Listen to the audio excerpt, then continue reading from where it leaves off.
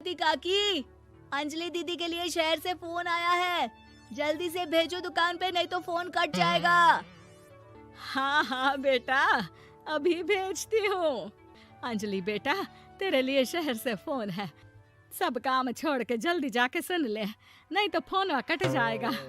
हाँ माँ, अभी जाती हूँ। जरूर मीनाक्षी दीदी का फोन आया होगा। हाय अंजलि। नमस्ते दीदी, मेरा मतलब हाय, कैसी हो आप? यहाँ तो सब ठीक है। मामा मामी कैसे हैं? तू कैसी है? मेरे तो एग्जाम्स होने वाले हैं। हर रोज कॉलेज जाना पड़ता है। Lectures, extra classes, private coaching. ओ, मैं तो इतना थक जाती हूँ, क्या बताऊँ। आपकी कॉलेज वाली बहन जी आपको इतना पढ़ाती हैं, तो घर कब जाती हैं आप दीदी? अरे नहीं नहीं, ये सब सिर्फ मेरी प्रोफेसर नहीं पढ़ाती। मैं अलग से दूसरे टीचर्स के पास भी पढ़ने जाती हूँ। दीदी, फिर तो आप बहुत थक जाती होगी ना। आप ना पैदल मत जाया करो, टांगा ले लिया करो दीदी। नहीं मेरी भोली बहन, ना मैं पैदल जाती हूँ, ना ही यहाँ टांगा मिलता है। मैं बस से जाती हूँ और थोड़ी दूरी के लिए रिक्शा ले लेती हूँ। सच्ची? वहाँ पर टांगे नहीं, बस चलती है? वाह, वो भी हर रोज? हमारे गांव में भी बस आती है, दिन में 2 बार। यही तो खास बात है शहर की। यहाँ बसें पूरा दिन दौड़ती हैं सड़कों पर। और सिर्फ बसें ही नहीं, कार, स्कूटर और ट्रक भी। और तो और थोड़ी दूरी पर तो हवाई जहाज भी है, जहाँ से हवाई जहाज आसमान में उड़ते हैं। अच्छा दीदी, मैं फोन रखती हूँ। बुआ जी, फूफा जी को मेरा नमस्ते कहना। हाँ माँ, हम लोग शहर में क्यों नहीं रहते? बुआ जी, फूफा जी और मीनाक्षी दीदी तो शहर में ही रहते हैं। अरे क्योंकि तेरे बुआ जी की शादी शहर में हुई थी, इसलिए बेटा। शादी से पहले वो भी तेरे पापा और दादा दादी के साथ गांव में ही रहती थी। तो फिर बा, मुझे शहर भेज दो ना, मैं भी शहर देखना चाहती हूँ। इतनी बार मीनाक्षी दीदी से शहर के बारे में सुन चुकी हूँ, अब मैं भी वहाँ जाकर देखना चाहती हूँ। बस आप मुझे शहर भेज दो। ठीक है, इस बार गर्मियों की छुट्टियों में कुछ दिन रह आना शहर, अपनी बुआ के घर। अब तो खुश ना? हाँ माँ, बहुत खुश। आप देखना, मैं शहर जाके कितने मजे करती हूँ। अंजलि अगले दिन स्कूल जाती है और वहाँ अपने सारे दोस्तों को अपने शहर जाने की बात बताकर चिढ़ाती है। अरे श्रद्धा, शीतल, सरोज, तुम लोग इन गर्मियों की छुट्टियों में कहाँ जा रही हो? एकादशी वाले गांव के मेले में। हम तो दूसरे गांव में नानी के घर जाएंगे। उनका घर नहर के किनारे है, बड़ा मजा आएगा। हम इस बार कहीं नहीं जा रहे, बल्कि हमारे घर में रहने के लिए मेहमान आएंगे। और तू? अरे मेरा क्या है, मैं तो बस पास वाले शहर जा रही हूँ, अपनी बुआ जी के घर। वहीं रहूंगी कुछ दिन। तुम लोग चिंता मत करना, मैं चिट्ठी लिखूंगी तुम सबको वहाँ से। पापा, मुझे तो चक्कर आ रहे हैं, जी घबरा रहा है। बेटा, शहर आने की जिद भी तो तूने ही की थी। अब पहली बार बस में चढ़ी है तो यही होना था। भुगतो अब। अरे मामा जी, अंजलि, आप लोग आने से पहले बता तो देते, मैं लेने आ जाती बस स्टैंड तक। आओ आओ भैया, आओ बेटी अंजलि। माँ बुआ जी कैसे हैं वहाँ? और भाभी कैसी हैं? सब ठीक है, बस अंजलि जिद कर रही थी कुछ दिन आप लोगों के साथ रहने की, सो छोड़ने आ गया। दीदी, आप मुझे शहर घुमाने ले जाओ ना, मुझे भी शहर देखना है। हाँ हाँ, चल तैयार हो जा जल्दी से। अंजलि तैयार होने जाती है और कुछ देर बाद जब बाहर आती है तो अरे ये क्या कर दिया तूने? मार्केट तक ही तो जाना है। इतनी डार्क रेड लिपस्टिक, इतने बड़े बड़े झुमके और चूड़ियां और चेहरे पर इतना सारा पाउडर। मेरी बहन, ऐसे नहीं चलेगा। जा और ये सब हटा के आ। अरे कैसे, क्यों? मैंने शहर आने के लिए इतनी मेहनत से ये सब इकट्ठा किया था। और वैसे भी मैंने देखा है मोहल्ले की राधा काकी के टीवी पर एक फिल्म चल रही थी, उसमें हीरोइन ना ऐसे ही तैयार होकर जाती है घूमने। सब पता है मुझे, मैं तो ऐसे ही जाऊंगी दीदी। अंजलि शहर की चकाचौंध को देखकर बहुत हैरान और खुश होती है। ऊंची ऊंची इमारतें, सड़क पर दौड़ती गाड़ियाँ, बड़ी बड़ी दुकानें, उसकी एक्साइटमेंट का ठिकाना नहीं था। दीदी, ये छोटा सा कमरा सड़क के किनारे क्यों रखा है? इसमें कौन रहता होगा? ये कमरा नहीं, पीसीओ है, पीसीओ।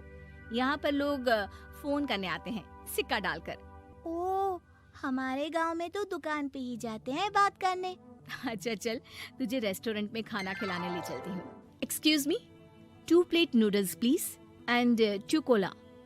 मीनाक्षी को ऑर्डर प्लेस करते हुए अंजलि बहुत ध्यान से देखती है और थोड़ी ही देर में ऑर्डर लेकर वेटर आ जाता है और खाना टेबल पर रख देता है।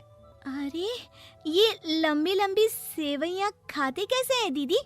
और इसके साथ कोई अचार, प्याज, मूली कुछ भी नहीं दिया, बस ये छोटा सा पेट खुजाने वाला दे दिया है। गांव में तो छोटे छोटे चावल ही होते हैं जो कि हाथ से ही खा लेती हूँ। अब इसे कैसे खाऊं दीदी? एक्सक्यूज मी, एक चम्मच प्लीज, और लिटिल प्याज और अचार और मूली और एक गिलास मट्ठा, वो बाद में। हाँ, अब ये सब सुनकर आसपास बैठे लोगों को हंसी आ जाती है। मीनाक्षी भी अपनी हंसी किसी तरह रोकने की कोशिश करती है और वेटर मुस्कुराता हुआ वहाँ से चला जाता है। अंजलि समझ नहीं पाती कि सब किस बात पर हंस रहे थे, लेकिन वो छिप जाती है। दीदी, मुझे लगता है कि मुझे इन सेवइयों को ऐसे ही खा लेना चाहिए, इसी पेट खुजाने वाले कांटे के साथ। एक काम कर, तू मुझे खाते देख, जैसे मैं खाऊं तो भी वैसे ही खा ले। ठीक है दीदी। अंजलि खाते खाते नूडल्स में सिरका ज्यादा डाल देती है, फिर ऊपर से नमक दानी से खेलते हुए काफी नमक भी अनजाने में छिड़क लेती है। अरे, ये क्या क्या खा लिया? अरे हाय हाय, कितना कड़वा है। पानी, पानी, ये काला शरबत ही पी लेती हूँ। और जल्दबाजी में अंजलि जल्दी जल्दी कोला पी लेती है, जिससे उसके नाक में झंझनाहट होती है। दीदी, मुझे ले चलो यहाँ से। मैं ये सब शहरी खाना नहीं खा सकती।